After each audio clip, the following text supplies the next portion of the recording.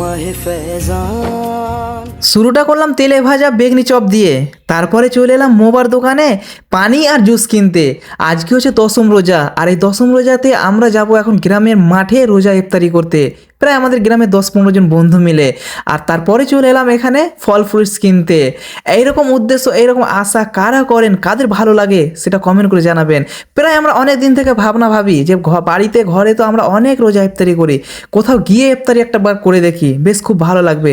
এটা কোনো শখ বলে না, একটা ইচ্ছা বা ভালো লাগা। তারপরে চলে এলাম সেই মাঠে, প্রাকৃতিক মাঠ, সবুজে ভরা, এত সৌন্দর্য, সত্যি মানে রোজার যে একটা আনন্দ। তারপরে শুরু হয়ে গেলো সারপ্রাইজের কাটা ছিঁড়া, ফল প্রয়োগ, কারণ যে এইসব কাজে সেই একদম মাহির থাকে আমার বড় ভাই। আলহামদুলিল্লাহ, এত আনন্দ লাগছে, ভিডিওটি স্কিপ করবেন না, শেষ অবধি দেখতে থাকবেন। আর কে কোথায় কখন রোজা ইফতারি করছেন সেটা কমেন্ট করে জানাবেন। আমরা অন্য জায়গায় যাবো ভেবেছিলাম, তবে আমাদের গ্রামের মাঠেই চলে এলাম, অনেকে আসে এখানে। আর দেখতে পাচ্ছেন শুরু হয়ে গেল সব কিছু কমপ্লিট, আর সময় খুব কাছে আসছে, সময় আর বেশি নাই। আর এখানে সব কিছু সাজিয়ে গুজিয়ে শুরু করলাম আমরা উজু করতে, কারণ যে খুব জোর তার 5 থেকে 10 মিনিট সময় আছে। আর এখানে দেখতে পাচ্ছেন বাকি যারা আছে তারাও উজু করা শুরু হয়ে গেল।